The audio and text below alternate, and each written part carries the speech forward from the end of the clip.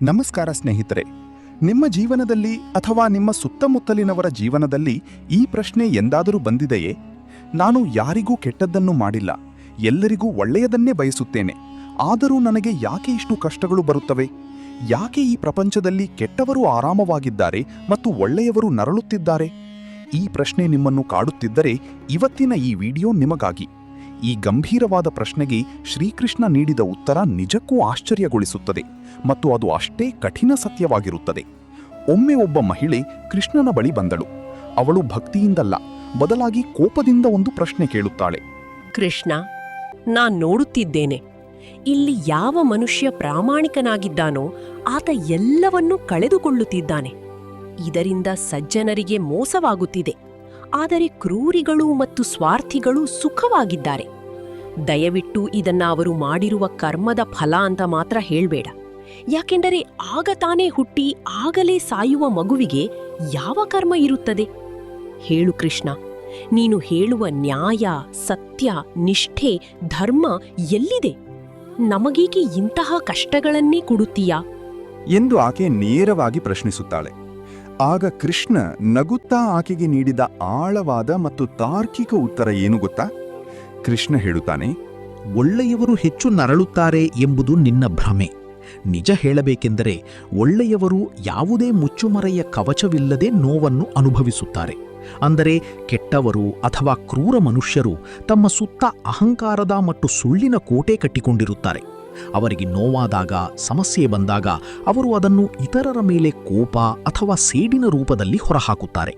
ಆದರೆ ಒಬ್ಬ ಒಳ್ಳೆಯ ಮನುಷ್ಯ ಮಾತ್ರ ತನಗೆ ನೋವಾದಾಗ ನಾನು ಎಲ್ಲಿ ತಪ್ಪು ಮಾಡಿದೆ, ನನ್ನಿಂದ ಏನಾದರೂ ತಪ್ಪಾಯಿತೆ ಎಂದು ತನ್ನೊಳಗೆ ಪ್ರಶ್ನಿಸಿಕೊಳ್ಳುತ್ತಾನೆ. ಅಂಥವರು ನೋವನ್ನು ತಡೆಯಲು ಯಾವುದೇ ಅಹಂಕಾರದ ಮುಖವಾಡದ ಕವಚ ಬಳಸುವುದಿಲ್ಲ. ಹಾಗಾಗಿ ಅವರ ನೋವು ನಮಗೆ ನೇರವಾಗಿ ಕಾಣಿಸುತ್ತದೆ. ಆದರೆ ಕೆಟ್ಟ ವ್ಯಕ್ತಿಗಳು ಕವಚ ಧರಿಸಿ ಕಷ್ಟಗಳನ್ನು ಮರೆಮಾಚುತ್ತಾರೆ ಅಷ್ಟೇ. ಕಷ್ಟಗಳು ಒಳ್ಳೆಯವರಿಗೆ ಬರುವುದರ ಉದ್ದೇಶದ ಬಗ್ಗೆ ಕೃಷ್ಣ ಇನ್ನೊಂದು ಅದ್ಭುತವಾದ ಮಾತು ಹೇಳುತ್ತಾನೆ. ನೀನು ಯಾವುದನ್ನು ಶಿಕ್ಷೆ ಎಂದು ಕರೆಯುತ್ತೀಯೋ ಅದು ವಾಸ್ತವವಾಗಿ ಹೃದಯವನ್ನು ತೆರೆಯುವ ಪ್ರಕ್ರಿಯೆ. ಹೇಗೆ ಒಂದು ವಜ್ರವು ಉಳಿಯಿಂದ ಪೆಟ್ಟು ತಿಂದಾಗ ಮಾತ್ರ ಹೊಳೆಯುತ್ತದೆಯೋ, ಹೇಗೆ ಒಂದು ಬೀಜವು ಮಣ್ಣಿನ ಕೆಳಗೆ ಮುಚ್ಚಿಹೋದ ನಂತರ ಮಾತ್ರವೇ ಮರವಾಗಿ ಬೆಳೆಯುತ್ತದೆಯೋ, ಹಾಗೆಯೇ ಮನುಷ್ಯನ ಬೆಳವಣಿಗೆಗೆ ಒತ್ತಡ ಮತ್ತು ನೋವು ಅಗತ್ಯ. ನೋವು ನಿಮ್ಮನ್ನು ಶಿಕ್ಷಿಸುತ್ತಿಲ್ಲ, ಬದಲಾಗಿ ನಿಮ್ಮಲ್ಲಿರುವ ಯಾವುದೋ ದೃಢ ಸಂಕಲ್ಪಗಳನ್ನು ಜಾಗೃತಗೊಳಿಸುತ್ತಿರುತ್ತದೆ. ಸ್ನೇಹಿತರೆ, ನಮ್ಮ ನೋವಿಗೆ ಮುಖ್ಯ ಕಾರಣ ನಾನು ಎಂಬ ಅಹಂಕಾರ. ಇದಕ್ಕೆ ಕೃಷ್ಣ ಒಬ್ಬ ವ್ಯಾಪಾರಿಯ ಉದಾಹರಣೆ ನೀಡ್ತಾನೆ. ಪ್ರವಾಹದಲ್ಲಿ ಎಲ್ಲವನ್ನೂ ಕಳೆದುಕೊಂಡ ವ್ಯಾಪಾರಿಗೆ ಕೃಷ್ಣ ಹೇಳ್ತಾನೆ, ನೀನು ಆ ಸಂಪತ್ತನ್ನು ನಿನ್ನದು ಎಂದು ನಂಬಿದ್ದೆ, ಅದಕ್ಕೆ ನಿನಗೆ ನೋವಾಗುತ್ತಿದೆ. ವಾಸ್ತವದಲ್ಲಿ ನೀನು ಕೇವಲ ಅದರ ರಕ್ಷಕನಾಗಿದ್ದೆ, ಆದರೆ ನಾನೇ ಮಾಲೀಕನೆಂಬ ಭ್ರಮೆಯಲ್ಲಿದ್ದೆ.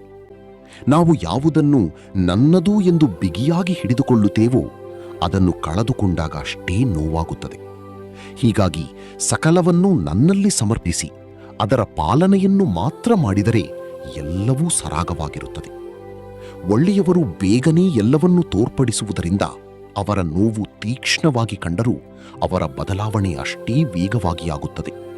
ಚಿಂತಿಸದಿರಿ, ನಾನು ಎಂದಿಗೂ ಯಾರ ಕೈಯನ್ನು ಬಿಡುವುದಿಲ್ಲ. ಸ್ನೇಹಿತರೆ, ಕೃಷ್ಣನ ಈ ಮಾತುಗಳಿಂದ ತಿಳಿಯುವುದೇನೆಂದರೆ, ನೋವು ಎನ್ನುವುದು ಜೀವನವು ನಮಗೆ ನೀಡುವ ಕ್ರೂರ ಶಿಕ್ಷೆಯಲ್ಲ, ಬದಲಾಗಿ ನಮ್ಮ ತಿಳುವಳಿಕೆ ಮತ್ತು ಕಠಿಣ ಮನಸ್ಸನ್ನು ಹೆಚ್ಚಿಸಲು ನೀಡುವ ಒಂದು ಆಹ್ವಾನ. ನಿಮ್ಮ ಹೃದಯ ಎಷ್ಟು ತೆರೆದಿರುತ್ತದೋ ಅಷ್ಟು ವೇಗವಾಗಿ ನೀವು ಬದಲಾಗುತ್ತೀರಿ. ಕಷ್ಟಗಳು ಬಂದಾಗ ನನಗೆ ಯಾಕೆ ಹೀಗಾಯಿತು ಎಂದು ಕೇಳುವ ಬದಲು ನನ್ನಲ್ಲಿ ಇದು ಏನನ್ನು ಜಾಗೃತಗೊಳಿಸುತ್ತಿದೆ ಎಂದು ಯೋಚಿಸಿ. ಈ ವಿಚಾರದ ಬಗ್ಗೆ ನಿಮ್ಮ ಅಭಿಪ್ರಾಯವೇನು? ಕಮೆಂಟ್ ಬಾಕ್ಸ್ನಲ್ಲಿ ತಿಳಿಸಿ. ಈ ವಿಡಿಯೋ ನಿಮಗೆ ಇಷ್ಟವಾದರೆ ಲೈಕ್ ಮಾಡಿ ಮತ್ತು ನಿಮ್ಮ ಆತ್ಮೀಯರೊಂದಿಗೆ ಹಂಚಿಕೊಳ್ಳಿ. ಇಂತಹ ಇನ್ನಷ್ಟು ಜೀವನ ಪಾಠಗಳಿಗಾಗಿ ನಮ್ಮ ಚಾನಲ್ಗೆ ಸಬ್ಸ್ಕ್ರೈಬ್ ಆಗುವುದನ್ನು ಮರೆಯಬೇಡಿ. ಧನ್ಯವಾದಗಳು.